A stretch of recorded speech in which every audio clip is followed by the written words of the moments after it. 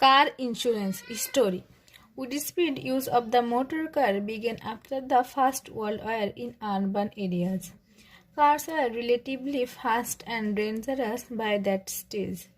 Yet there was still no compulsory form of car insurance anywhere in the world. This meant that injured victims would rarely get any compensation in an accident, and drivers often faced considerable cost for damage to their car and property. A compulsory car insurance scheme was first introduced in the United Kingdom with the Road Traffic Act 1930.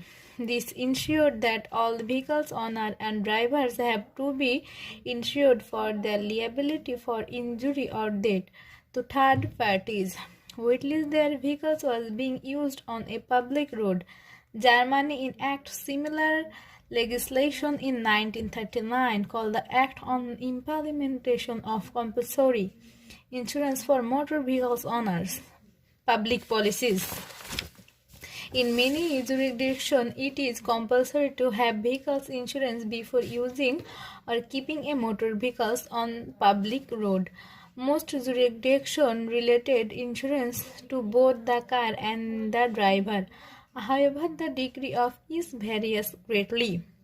Several jurisdictions have experimented with a pay-as-you-drive insurance plan which utilizes either a tracking device in the vehicle's diagnostics. This will address issues of uninsured motors by providing additional options and also sense based on the miles driven, which could theoretically increase the efficiency of the insurance through streamlined collection. Vehicle insurance in the United States. Vehicle insurance, car insurance, or auto insurance in the United States have everywhere is designed to cover the risk of financial liability or the loss of a motor vehicle that the owner may face if their vehicle is involved in a collision that results in property or physical damage. Most states require a motor vehicle's owner to carry some minimum level of liability insurance. States that do require the vehicle's owner to carry car insurance include Virginia, where an uninsured motor vehicle's fee may be paid to the state, New Hampshire, and Mississippi, where offers vehicles owner the option to post cash bonds. See below. The privileges and immunities clause of Article IV of the U.S.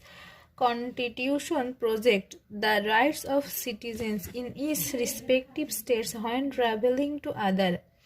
A motor vehicle owner typically pays insurance a monthly fee, often called an insurance premium. The insurance premium a motor vehicle owner pays is usually determined by a variety of factors, including the type of covered vehicles, marital status, credit score, whether the driver rents or owns a home, the age and gender of any covered drivers, their driving history, and the location where the vehicle is primarily driven and stored. Most insurance companies will increase insurance premium rates based on these factors and less frequently offer discounts.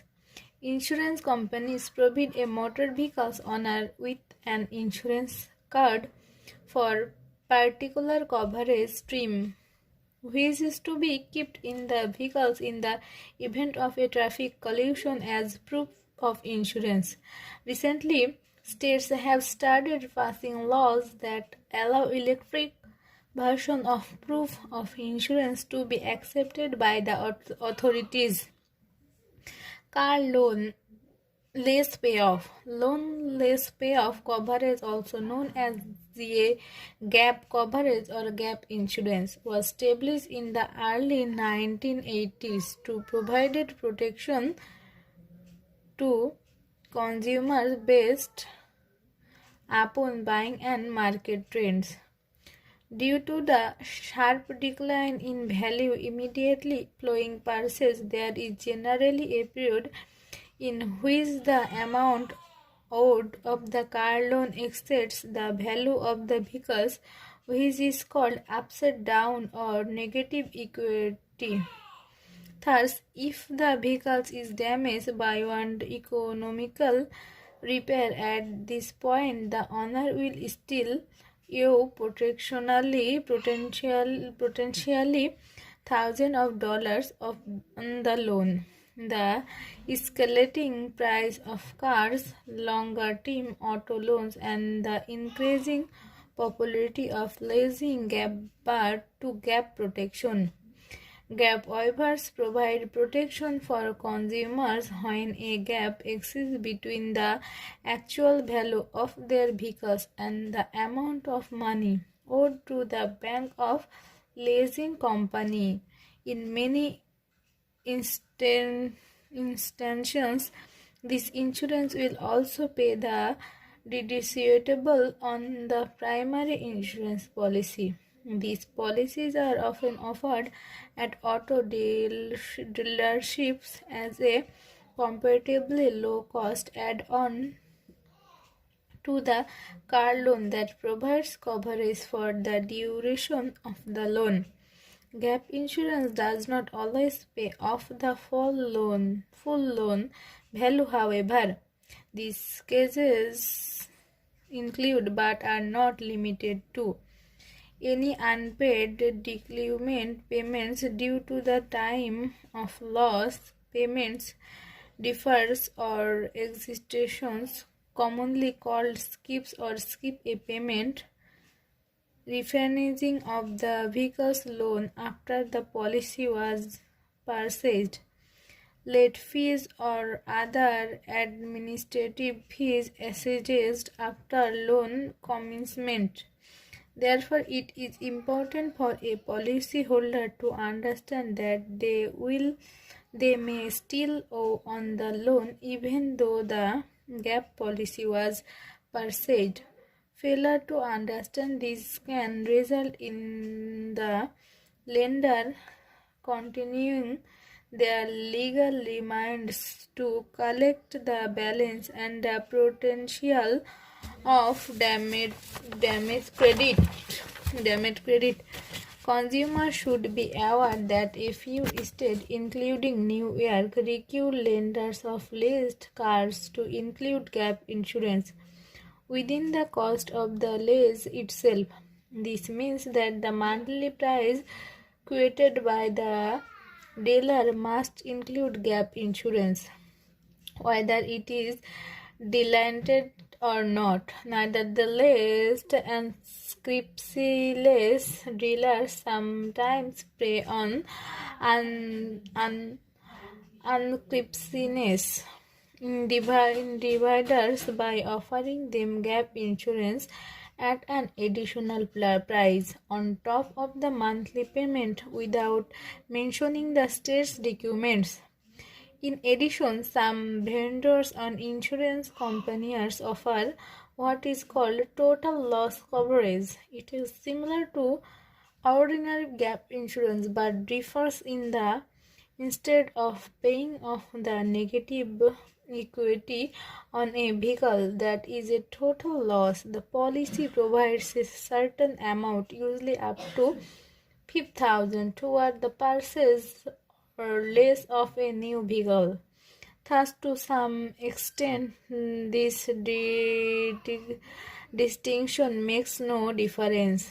In either case, the owner receives a certain sum of money. However, in choosing which type of policy to purchase, the owner should consider whether, in case of a total loss, it is more advantageous for him or her to have the policy pay off the negative equity or provide a down payment on a new vehicle. For example, assuming a total loss of a new vehicle valued at $15,000 but on which the owner owes $20,000, it is gap 5,000. If the owner has traditional gap coverage, the gap will be wiped out and he or she may purchase or lease another vehicle or choose not to. If the owner has total loss coverage, he or she will have to personally cover the gap of 5,000 and then receive 5,000 toward the purchase or lease of a new vehicle, thereby either reducing monthly payments in the case of financing or leasing, or the total purchase price in the case of outright purchase. So the decision on which type of policy or purchase will in most instances be informed by whether the owner can pay off the negative equity in case of a total loss and or whether he or she will definitely purchase a replacement vehicle.